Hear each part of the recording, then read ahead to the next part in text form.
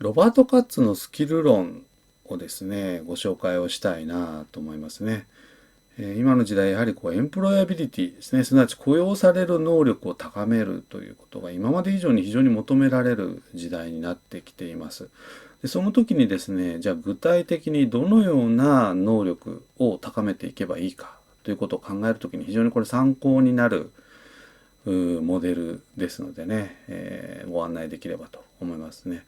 ロバート・カッツさんっていうのは、ハーバード大学の教授の方でですね、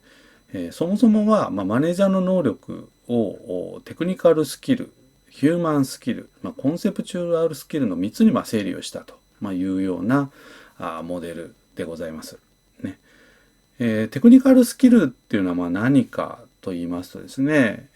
それぞれ皆さんね、役割を持って仕事をするわけですけれども、その仕事を遂行するにあたって、必要な、知識ですとかスキル、ね、一般知識スキル、最近ですとやっぱりパソコン使えないとどうしようもないですからね、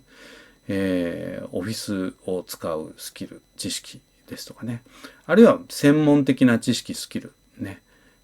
経理の方であれば会計の知識ですとかね、営業の方も当然営業の知識、スキル、商品知識、そんなものも入ってきます。それがテクニカルスキル。これが一つ目。ね。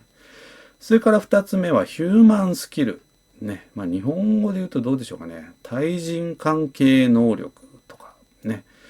あるいは対組織の能力ということでしょうかね。こちらのヒューマンスキルにはどんなものが入ってくるかと申しますと、一番わかりやすいのはコミュニケーション。ね。それからコミュニケーションを少し切り取った形で申し上げますと、プレゼンテーショ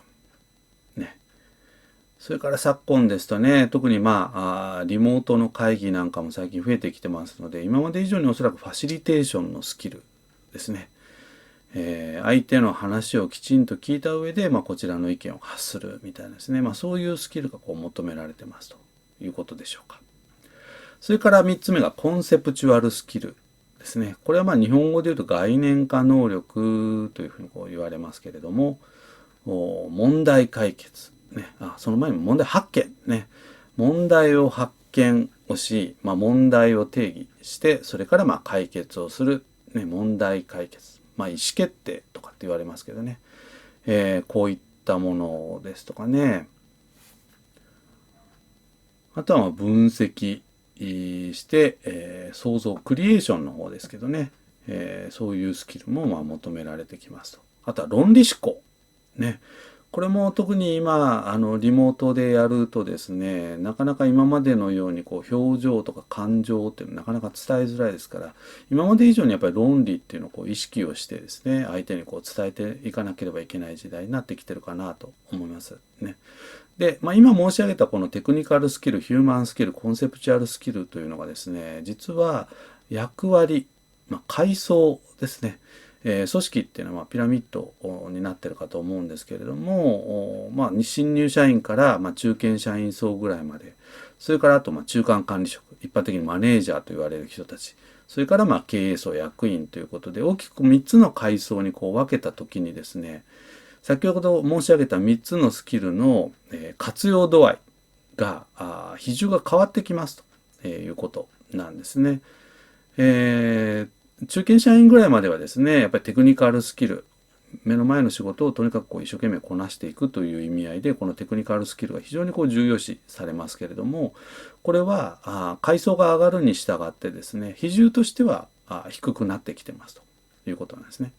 一方でヒューマンスキル、ね、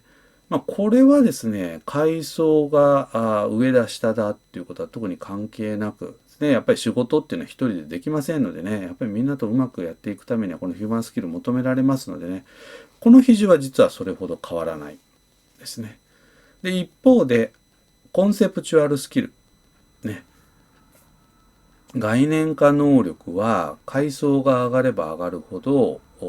求められるようになりますということなんですね。ただ、このスキル論はですね、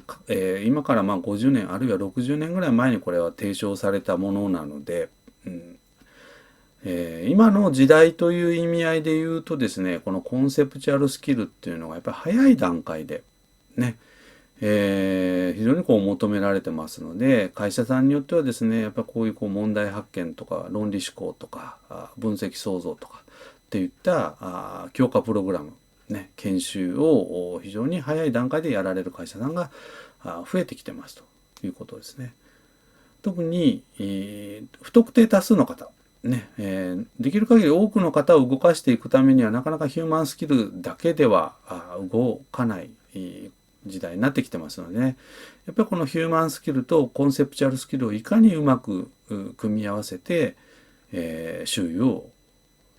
説得をして動かしていくかというようなことが求められる時代になってきてるかなと思います。